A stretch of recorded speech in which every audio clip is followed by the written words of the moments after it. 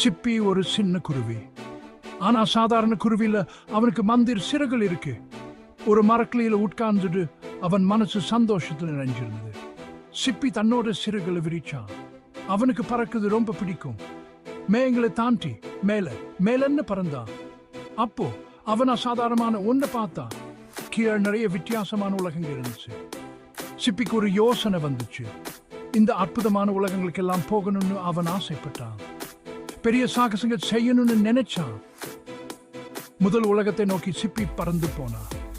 அது ஒரு காடு மாதிரி இருந்துச்சு. ஆனா மந்திரம் இருந்துச்சு.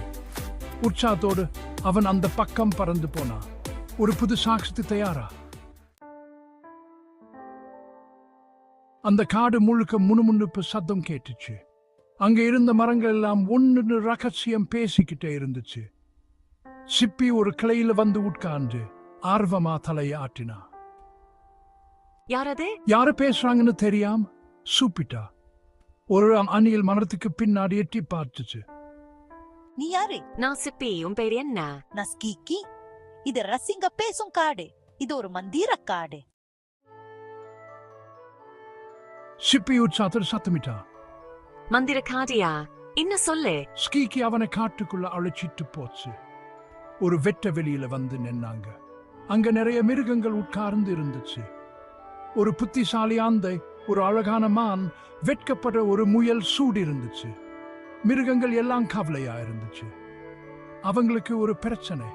இந்த ரகசியங்கள் பேசும் காட்டுல இருந்து மந்திரம் போயிட்டே இருக்கு. எப்படியாவது மந்திரத்தை திரும்ப கொண்டு வரணும். சிப்பி கவனமா கேட்டுட்டே இருந்தான். இந்த மிருகங்களுக்கு உதவணும்னு அவன் நினைச்சான். சீக்கிரம் ஏதாவது யோசிக்கணும்னு அவனுக்கு புரிஞ்சது. திடீர்னு ஸ்பி ஒரு விஷயத்தை கவனிச்சான். சின்ன பல ஜோலிக்க உயிரங்க மிருகங்களை சுத்தி பறந்துட்டே இருந்துச்சு. இவங்க யாரு? சிப்பி ஸ்கீக்கிட்ட கேட்டான். ஸ்கீக்கி ரகசியமா சொல்லுச்சு, இவங்க கண்ணீர் சேகரிப்பாளர்கள். காட்ட மந்திரம் நிறைஞ்சதா வெச்சுக்க இவங்க சந்தோஷ கண்ணீரை சேகரிப்பாங்க. சிப்பிக்கு இப்ப புரிஞ்சது. இவங்க மறுபடியும் சந்தோஷப்படுத்தணும். சத்தமிட்டான். மிருகங்கள் எல்லாம் ஒன்னு பார்த்துக்கிச்சு. அவங்க வீடே ஆபத்தில் இருக்கும் போது எப்படி சந்தோஷமா இருக்க முடியும்? சிப்பி நல்லா யோசிச்சான். அவனுக்கு ஒரு யோசனை வந்துச்சு. அவன் ஒரு மகிழ்ச்சியான பாடல் பாட ஆரம்பிச்சா. அவன் குரல் தெளிவா பிரகாசமா இருந்துச்சு. மிருகளால சிரிக்காம இருக்க முடியல. சீக்கிரமே அவங்க எல்லாரும் அவனோட சேர்ந்து பாட ஆரம்பிச்சுட்டாங்க. சந்தோஷமான சத்தங்களை கேட்ட கண்ணீர் சேகரிப்பாளர்கள் மறுபடியும் சந்தோஷ கண்ணீரை சேகரிக்க ஆரம்பிச்சாங்க. காடு மறுபடியும் மந்திரத்தால் ஜொலிச்சது. சிப்பி தன்னோட புது நம்பர்கிட்ட விடை பெற்றுட்டு இன்னொரு சாகசத்துக்காக பறந்து போனா. இந்த முறை மேகங்களுக்கு மேலே இருக்க ஒரு ராஜ்யத்துல வந்து நிக்கிறான். அங்க ஒரு சோகமான இளவரசனை பத்தி மக்கள் பேசிக்கிறதை கேட்டான். இளவரசனோட தம்பிக்கு உடம்பு சரியில்லை. யாருக்கும் எப்படி குணப்படுத்துதுன்னு தெரியல. இளவரசனோட கஷ்டத்தை கேட்டு சிப்பிக்கு ரொம்ப வருத்தமா இருந்துச்சு. அவனுக்கு ஒரு வைத்தியம் கண்டுபிடிக்க உதவணும் முடிவு பண்ணா. இளவரசனோட அரண்மனையை நோக்கி பறந்து போனான். உதவி செய்ய தீர்மானமா.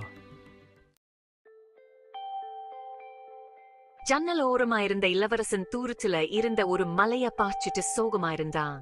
சிப்பி அவன்கிட்ட போய் மன்னிச்சுக்கோங்க சத்தமிட்டான். என்னால் உங்களுக்கு ஏதாவது உதவி செய்ய முடியுமா?